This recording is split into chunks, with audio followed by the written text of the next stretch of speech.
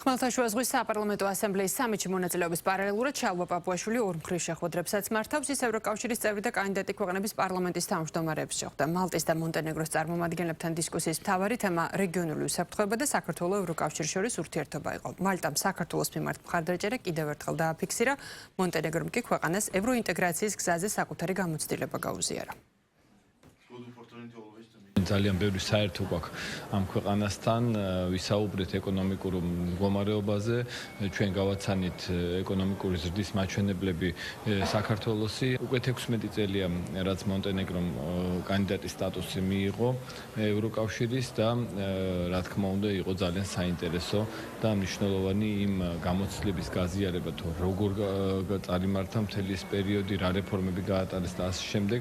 სავარაუდოდ მონტენეგრო იქნება შემდეგი ქვეყანა, რომელიც გაწევრიანდება ევროკავშირში და ასევე ძალიან მნიშვნელოვანია ჩვენი თანამშრომლობა, მხარდაჭერა, ვერჩი დგომა, რასაც ჩვენ ვიღებთ მონტენეგროსგან.